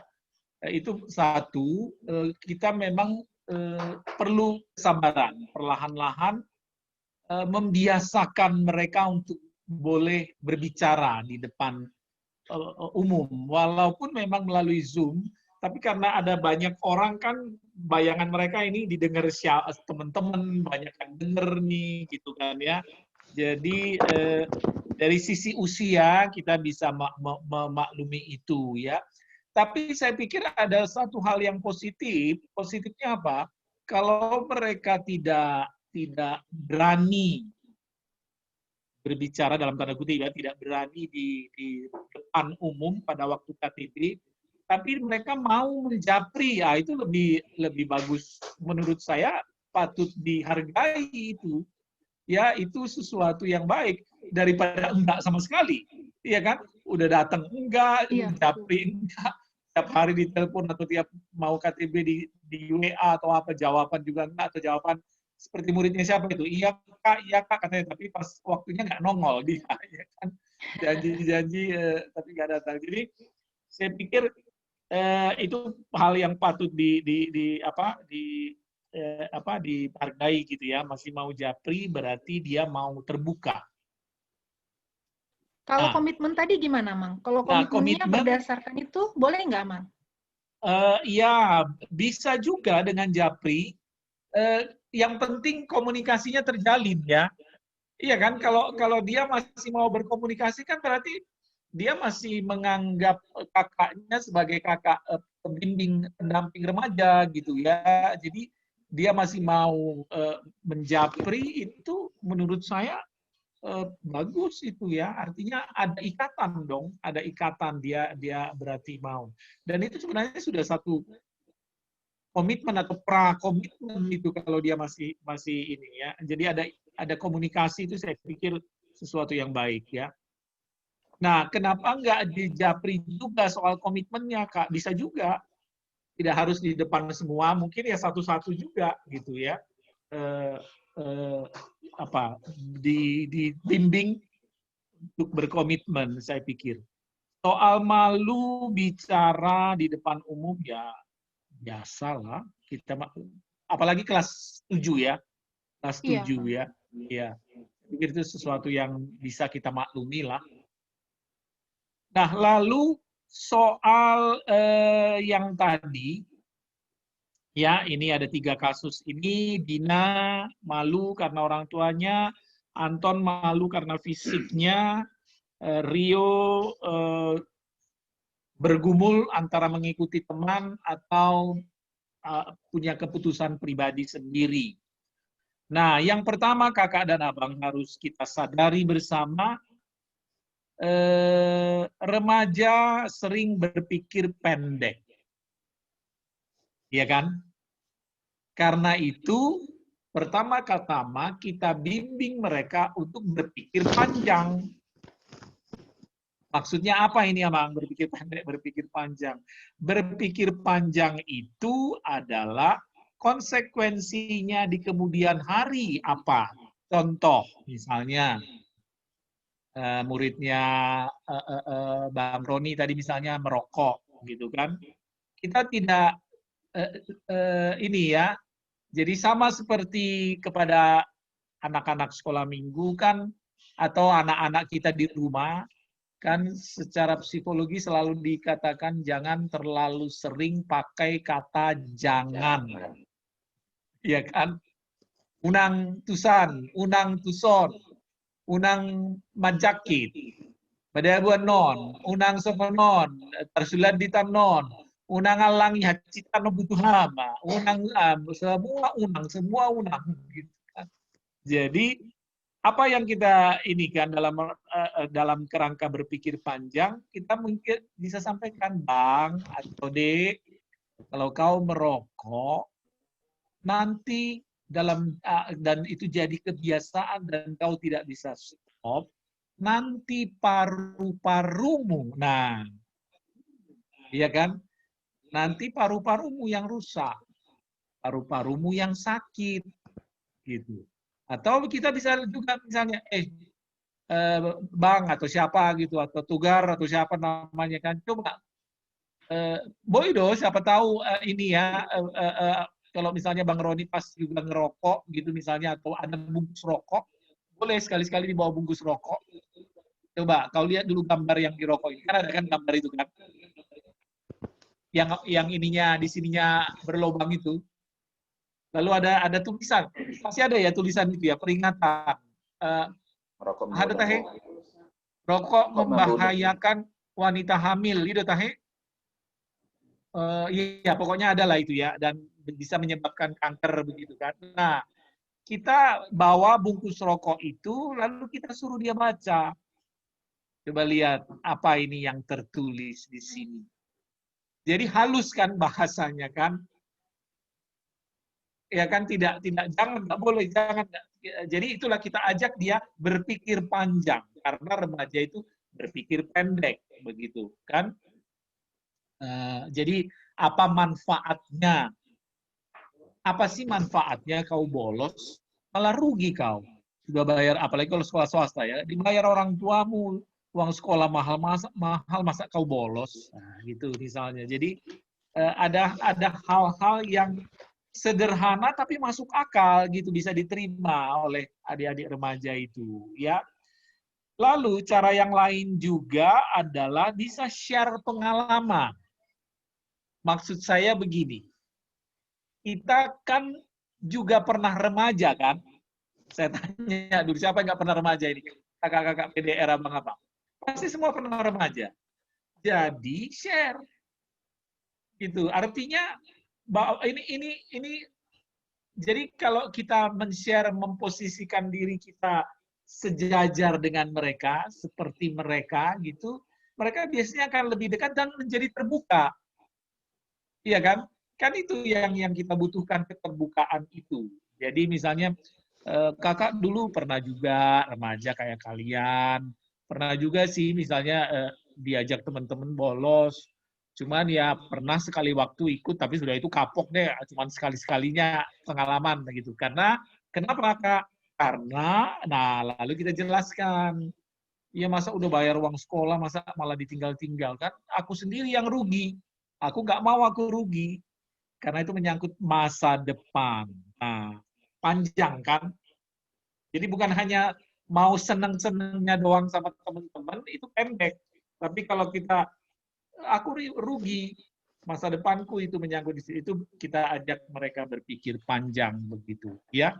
Jadi lalu yang ketiga, kakak dan abang, saya pikir apa yang kalian sharingkan ya dengan pengalamannya KTB dengan adik-adik remaja itu, kalau yang saya lihat sih, yang saya tangkap dari sharingnya kakak-kakak dan abang, menurut saya sih kenakalan remaja-remaja kita itu masih dalam batas kewajaran kok. Iya kan? Iya. Nah, kalau yang masih yang gitu-gitu itu masih wajar itu Bang, masih wajar itu Kak. Jadi unak pola kita over gitu ya reaksinya ya, jangan, karena kalau kita overreactive juga mereka langsung jadi mental nanti, enggak deh, enggak mau gitu. Jadi hilang nanti KTB is fun. Nah, jadi hilang fun-nya kan kalau mereka udah mental dulu gitu. Ya. Jadi makanya saya bilang tadi kita sharing, kita juga dulu pernah remaja gitu ya. Jadi soal kenakalan bolos, merokok masih wajar lah ya. Tapi kalau sudah narkoba, nah itu baru, kalau itu itu malah juga bukan ranah kita, itu sudah ranah ahlinya, ahli psikotropika, ada yang berwenang untuk itu ya. Tapi kalau masih yang itu masih bisa kalau lah. Narkoba itu Amang kemarin itu saya bikin, kalau kalian merokok, karena dari rokok itulah pemicu untuk narkoba. Saya bilang, semua itu dari rokok, karena kalian remaja itu sifatnya itu ingin mencoba-coba. Jadi ketika kalian coba-coba, dia seperti ikatan, seperti lingkaran setan. Susah kalian keluar. dan kalian ada nanti teman mencoba narkoba, dari situlah mulainya. Kalian udah tahu kan akibat dari narkoba, nah itu saya bikin gambarannya, ke narkoba itu, kalau dimulai kalian sudah mulai merokok, nah, kalian akan untuk stepnya narkoba lagi. Itu yang saya sampaikan kepada mereka, Amang. Iya, iya, bisa jadi titik awal ya, titik awal bahaya. Gitu ya, makanya kita ajak mereka berpikir panjang, tidak berpikir pendek. Ya. Oke, lalu yang satu hal yang penting juga berkaitan dengan kasusnya Dina ini sama Anton adalah, ini kalau nggak salah kita sudah pernah bahas deh ya, ini juga mungkin berkaitan dengan citra diri, artinya kita harus mensyukuri keberadaan kita. Ya, mau rambut keriting, mau rambut lurus, mau kulit putih, mau kulit gelap, mau hidung mancung, mau hidung pesek, mau mata sipit, mau mata bolang, kita harus syukuri. Ya, jadi bagaimana sekarang menanamkan itu kepada remaja supaya mereka mensyukuri, termasuk kondisi orang tua. Apalagi sekarang nih, kalau nggak, saya nggak tahu, kakak dan abang ada yang dapat informasi, mungkin ada orang tua adik-adik kita itu yang terdampak secara ekonomi karena COVID, ada nggak? Ada nggak kakak dan abang yang anak-anaknya, murid-muridnya, orang tuanya terdampak secara ekonomi, mungkin kena PHK atau ada yang dapat tamu informasi dari ngotusi? Kelompok belum ada, Amang. Nggak ada ya? Belum ada, Amang. Belum ada ya, oh, puji Tuhan deh ya, semoga semuanya baik-baik ya. Atau mungkin harus ditanya lebih detail lagi minggu nanti kalau ketemu, karena memang kalau dari saya belum menyentuh sampai segitu pertanyaannya. Iya, dan juga kurang, kita harus tahu timing yang tepat untuk menanyakan itu. Iya, itu juga. Jangan ujuk-ujuk kita tanya, ntar mereka langsung iya, mereka langsung kaget malah jadi mental juga gitu. Karena kita perlu apa ya, untuk remaja ini perlu sangat ya, karena mereka masih labil ya, masih rapuh, masih labil, masih seperti tadi ada rasa malu ya, apa dan sebagainya. Jadi mungkinlah nanti pelan-pelan ya kakak dan abang cari tahu. Mungkin ada, ya kita doakan bersama, itu tentu yang pertama-tama ya. Kalau di kelompok saya, Mang. Ya. Kelompok saya kebetulan kan yang meninggal itu Amang Sintua Talupan Tobing, Talupan Lumban Gao. Ah, itu kan dia muridnya Kak Chandra ya? Iya, di kelompok saya, Mang. Tapi yang perempuan, yang siapa? Kylie. Mang, tapi maksudnya belum tahu sih kalau secara ekonomi apa terdampak, tapi kemungkinan besar iya ya, tapi belum mengarah ke sana-sana sih, emang pertanyaan masih di buku 1 gitu masih ya, iyalah menerima Yesus aja. Iya, makanya tadi saya bilang perlu timing kita, jangan ujuk-ujuk ya nanya ke sana. Jadi harus perlu timing dan memang arah pembicaraan kita ke sana gitu ya, supaya mereka juga enak begitu ya, supaya tidak merasa karena itu kan termasuk ranah private ya, hal-hal seperti itu kan hal pribadi yang tidak semua orang nyaman untuk menjawab pertanyaan itu kan, kita harus pahami itu, jadi harus lihat situasi deh. Iya. Oke. Ya, jadi rasa syukur juga termasuk orang tua ya, harus mensyukuri kalaupun orang tuanya mungkin sekarang atau ekonominya memang agak kurang, ya bersyukur. Jadi tetap harus menghormati orang tuanya ya.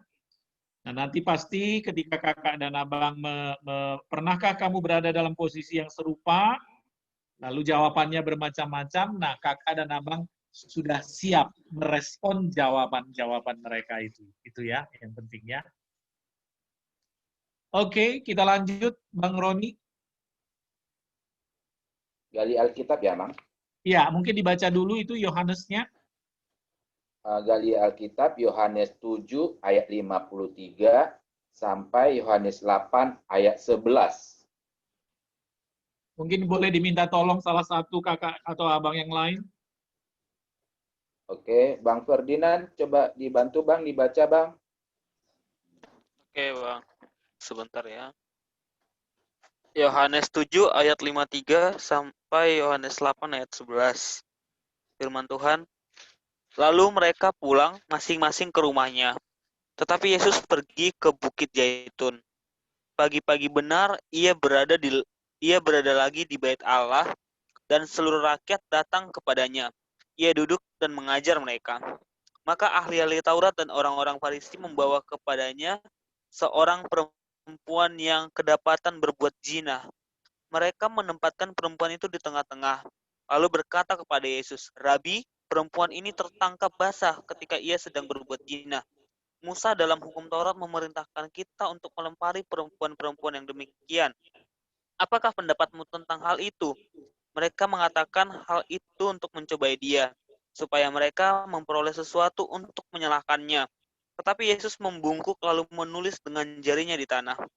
Dan ketika mereka terus-menerus bertanya kepadanya, ia pun bangkit berdiri, lalu berkata kepada mereka, barang siapa di antara kamu tidak berdosa, hendaklah ia yang pertama melemparkan batu kepada perempuan itu.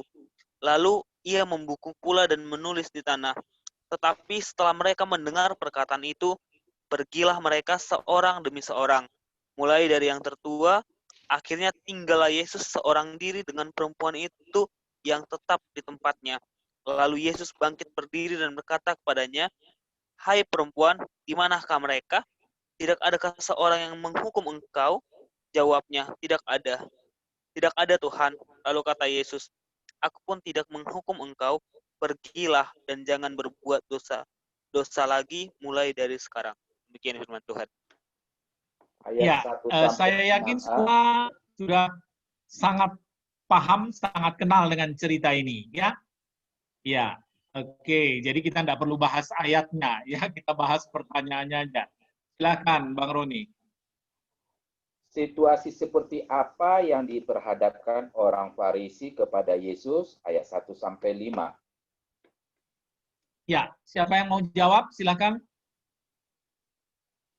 Situasi seperti apa yang diperhadapkan orang-orang Farisi kepada Yesus? Situasi mengatakan bahwa orang Farisi itu merasa mereka orang benar dengan menghukum wanita yang bersalah itu amang. Akan tetapi tujuannya hanya untuk menjebak Tuhan Yesus akan kejadian tersebut. Ya. Ada lagi yang lain?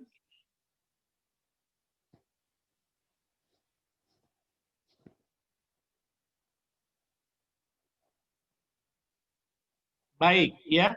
Yang dijawab Bang Roni sudah benar ya. Jadi situasi seperti apa yang diperhadapkan orang-orang Farisi kepada Yesus?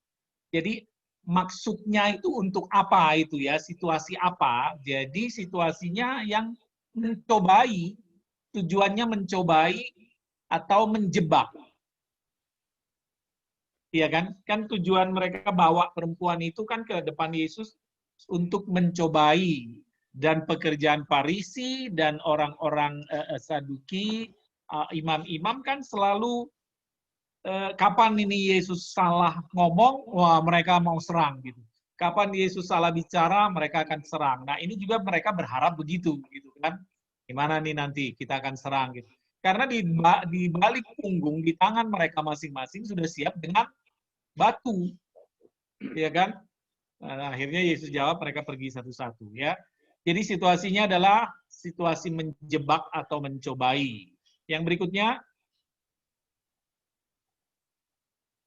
menurut kamu apa tujuannya orang Farisi dan ahli Taurat mencoba Yesus? ya, apa tujuannya? Situasinya menjebak, mencobai. Apa tujuannya?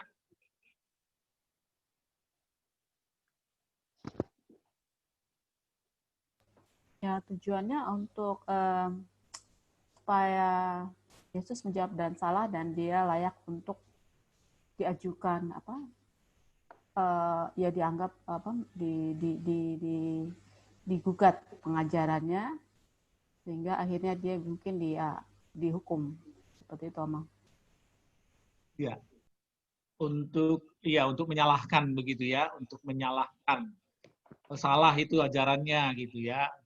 Kalau ajarannya salah, berarti mereka akan anggap, oh kamu tidak layak jadi rabi gitu, jadi guru. Ya. Nah, sebelum ke sana, sebelum menyalahkan, ada satu lagi sebenarnya, ya selain menyalahkan ya, untuk menyalahkan, ya. Karena Yesus itu merupakan guru yang dimana pengikutnya itu banyak. Orang Farisi ketakutan bahwa mereka lebih condong kepada Tuhan Yesus. Jadi pengikut mereka itu berkurang karena dengan pengajarannya. Itu tujuan dari awal mereka, agar untuk memfitnah Tuhan Yesus dengan pengajaran yang salah. Itu dari awalnya, Mang.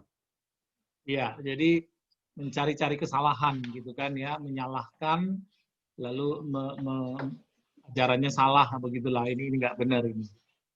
Ada satu lagi, saudara-saudara di situ. Selain menyalahkan adalah mau mempermalukan Tuhan Yesus di depan umum. Itu. Kan itu kan banyak orang. Iya kan? Nah, ingat Yesus pernah berkata, ketika dia pulang ke kampungnya, ya, lalu orang kampungnya malah menolak dia, dan dia berkata, seorang nabi tidak dihargai di kampungnya sendiri, kan, betul ya? Yesus yang mengatakan itu. Nah, tujuan orang Farisi ini juga seperti itu. Kalau dia dipermalukan, lalu disalahkan, akhirnya apa? Tapalao, maing, sianon, pergi kau dari sini. Itu. Jadi tujuan pertama ya mencari kesalahan, mempermalukan. Sebab kalau dipermalukan di depan umum, seperti yang Bang Roni katakan tadi, pengikutnya nanti akan berkurang, akan mundur satu-satu. Jangan-jangan murid-muridnya juga akan, ternyata nggak benar ini, mundur gitu ya. Tapi ternyata tujuan mereka tidak berhasil itu ya. Jadi bisa dua jawaban untuk pertanyaan yang 1B itu ya, mempersalahkan atau mencari kesalahan supaya disalahkan gitu. Lalu yang kedua ya mempermalukan Yesus di depan umum. Ya. Next, yang kedua, Bang Roni. Bagaimana menurutmu pandangan orang Farisi dan ahli Taurat terhadap perempuan itu? Boleh dibaca Imamat 20 ayat 10, silakan siapa yang disuruh baca.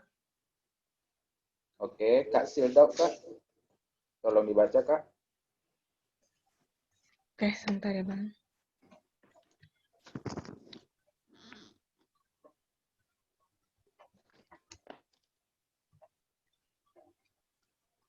Imamat 20 ayat 10.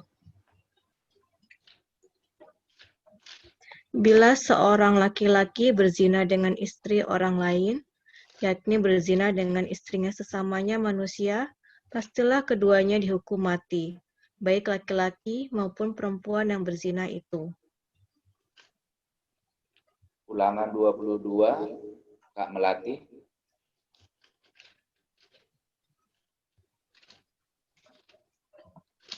Bentar ya, Bang. Ya, Kak. Ulangan 22 ayat 22 sampai 24.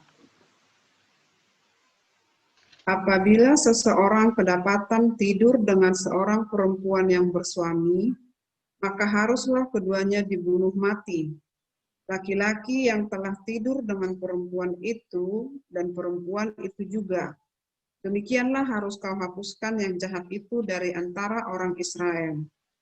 Ayat 23, apabila ada seorang gadis yang masih perawan dan yang sudah bertunangan, jika seorang laki-laki bertemu dengan dia di kota dan tidur dengan dia, maka haruslah mereka keduanya kamu bawa keluar ke pintu gerbang kota dan kamu lempari dengan batu sehingga mati.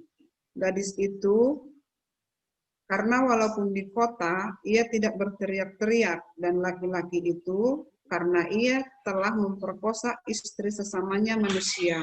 Demikianlah harus kau hapuskan yang jahat itu dari tengah-tengahmu. Ya, baik. Nah, itu semua ayat itu di Perjanjian Lama. Ingat ya, itu semua Perjanjian Lama. Konteks Perjanjian Lama itulah hukum yang berlaku di tengah-tengah umat Israel sejak Perjanjian Lama. Sebenarnya apa yang dilakukan oleh orang Farisi itu kalau menurut Perjanjian Lama benar. Ayat-ayat ini harus dibacakan ya, Amang, nggak boleh di-skip ya? Gimana menurut Bagaimana Kak? kalau kita Kira-kira skip alasannya kalau di-skip atau dibacakan kenapa? Kenapa, Kak? Apa ya? Berat, Terlalu Amang, apalagi Terlalu kelas 7, Amang. vulgar, Amang. Terlalu vulgar. Karena mengarang secara ini, memang benar Kak Linda itu benar, karena masa mereka ini ada pendidikan dalam hal, kalau kita bilang dalam seks. Ini kan penyalahgunaan kehidupan berumah tangga istilahnya ini, yang harus kudus seorang wanita dan juga yang lainnya, Aman. Cuma makanya benar Kak Linda itu, bisa nggak ini kita skip dalam hal konteks yang belum pas untuk kita sampaikan, Amang? Iya, tapi begini Kakak dan Abang ya. Atau ada ayat penggantinya? Ayat pengganti. Jadi gini. Sebelumnya, oke. Memang nanti masing-masing bisa melihat situasi di kelompoknya masing-masing. Tapi gini, kadang-kadang memang kita berpikir ini masa anak-anak kelas 7, 8 dikasih ayat yang berbicara tentang seks gitu kan. Padahal Kakak Abang tahu nggak? Jangan-jangan mereka sudah lebih tahu dari apa yang kita bayangkan. Ini zaman sekarang ini apa yang nggak bisa dibaca, dilihat di Google, di YouTube, whatever itu yang di HP itu gitu loh. Nah, jadi justru tugas kita mengarahkan mereka ke seksualitas yang benar itu. Jadi menurut saya kita nggak perlu takut karena memang ini bukan kejadiannya, konteksnya apa tentang perzinahan. Perempuan itu di Yohanes 1 itu Yohanes 7 itu kan tentang perempuan yang kedapatan berzina. Tapi intinya bukan soal perzinahannya. Iya kan? Kan yang jadi masalah utama bukan soal perzinahan loh, bukan. Tapi soal utama adalah apa? Pengampunan. Yesus mengampuni dia. Ketika orang-orang mau melakukan menurut hukum PL, Perjanjian Lama, harus dirajam, ternyata Yesus mengampuni. Nah, disitulah pembaharuan itu. Nah, dalam konteks yang lebih persempit nanti ke masing-masing pribadi, oh seperti itu ya hidup baru itu, gitu. Artinya ketika kita tidak mampu, misalnya tadi baru kita bicara ya, anak-anak mungkin sulit menghilangkan kebiasaan merokok, bolos, bohong, dan sebagainya. Tapi ketika Tuhan Yesus datang, berjumpa, Tuhan ternyata yang memperbaharui gitu loh, seperti perempuan itu. Gitu. Jadi, atau mungkin begini deh, kalau kakak dan abang takut alergi dengan ayat ini, mungkin nggak usah dibaca boleh ya, tapi paling tidak diceritakan itulah hukum yang terjadi di Perjanjian Lama. Nah, sekarang saya tanya, kalau kakak nanti ditanya, Kak, berzinah itu apa sih? Ayo, gimana menjelaskannya? Harus dijawab kan? Kan nggak bisa dong, nggak dijawab orang memang ayatnya tentang perempuan yang kedapatan berzina. What is berzina? Apa itu? Harus dijelaskan. Jadi, begini, ini nasihat pakar pendidikan ini ya, pendidikan formal. justru lebih baik menjelaskan seksualitas dengan benar sedini mungkin daripada mereka dapat dari luar. Iya kan? Bener kan? Justru ini mungkin kesempatan kita menjelaskan ini loh yang benar gitu loh. Bahwa selingkuh itu tidak baik, berzina tidak, itu berdosa gitu kan. Ini loh yang benar gitu.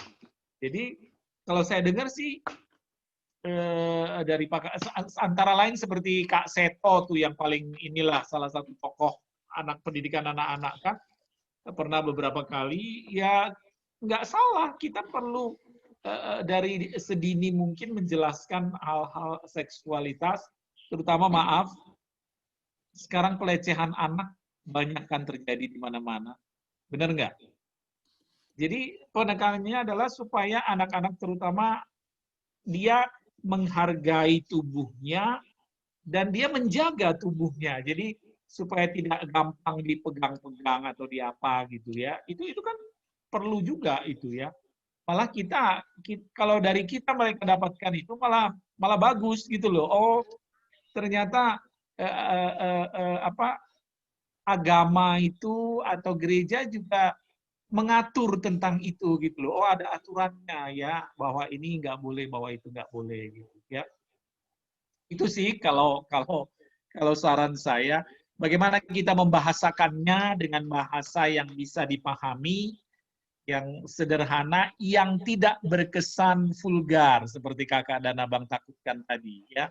Saya pikir bisa, karena ayatnya memang tentang itu bang, memang tentang perempuan yang berzina.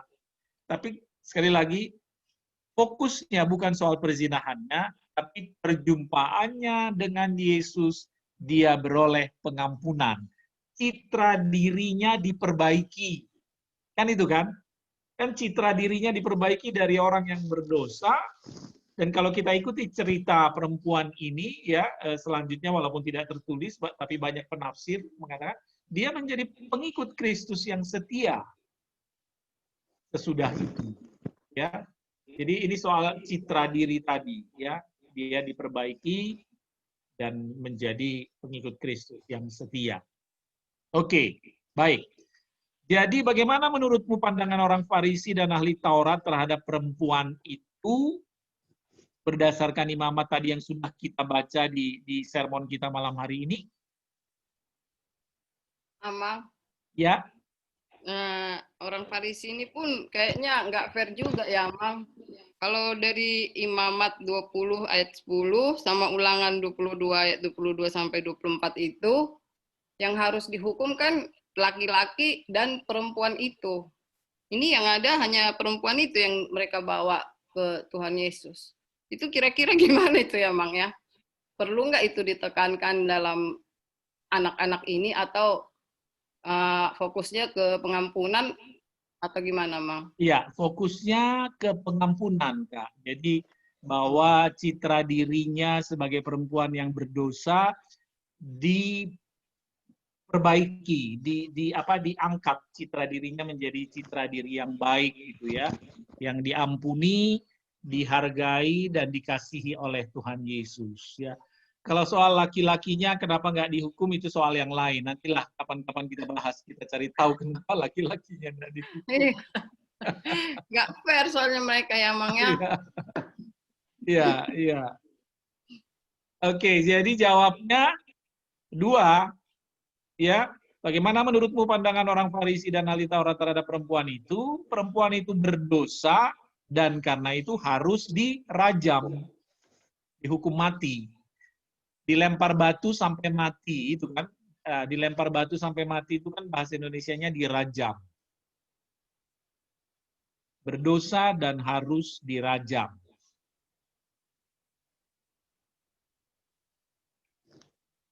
Lanjut, Bang. Kita sambil lihat jam ya, kalau sudah ini tolong dikasih tahu. Udah lewat ya? Udah lewat 8 menit, Amang. Udah lewat. Gimana, mau diteruskan sampai nomor 3 atau nomor 4 atau kita lanjut minggu depan? Lanjut minggu depan, Amang. Lanjut minggu depan aja ya? Ya, bab 1 aja belum habis, Amang. Terserah, gimana? Yang lain, kita lanjut minggu depan, sepakat? Kesepakatan Depan bersama. aja lanjut, Amang. Minggu depan aja lagi, Oke, Amang. oke, minggu depannya. Saling mengingatkan ya, berarti minggu depan kita ke nomor 3 dan 4 ya. Baik, silakan moderator. Sebentar, Amang.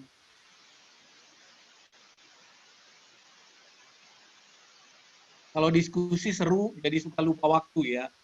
Akhirnya yang kita bahas cuma sampai nomor 1 dan 2 ya. Tapi nggak apa-apa lah, yang penting semangat itu kan. Oke, berarti Amang untuk pemberian materi sermon yang dimana bab 2 ini kita bagi 2 session juga yang akan dilanjutin untuk minggu depan. Untuk acara selanjutnya kita akan bernyanyi dari Kidung Jemaat 425 berkumandang suara dari seberang.